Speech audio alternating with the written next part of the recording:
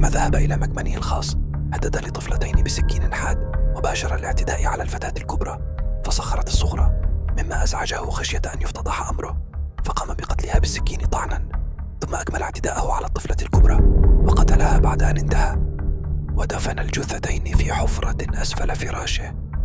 هذا الشخص كان ابنا غير شرعي لبائعة هوى، تمت ولادته أثناء وجودها بالسجن، وعندما خرجت تزوجت من فلاح بسيط انتسب له، ولم يعرف والده الحقيقي طوال 30 عاما قضاها.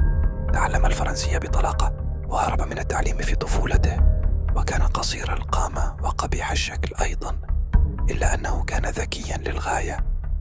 قام بخطبة ابنة خالته التي أحبها، وسافر بعدها إلى فرنسا من أجل جني المال، وعندما عاد وجدت خطيبته قد تزوجت من شخص آخر.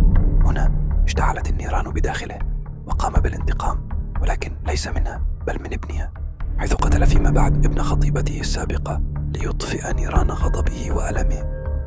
كانت أولى جرائمه مع طفل صغير وقف على قارعة الطريق ليجد من يقله إلى منزله، فتوقف له ناصر وأقله على دراجته النارية، وهنا عرض عليه فكرة أن يذهب معه للمزرعة لجني ثمار اللوز مقابل المال.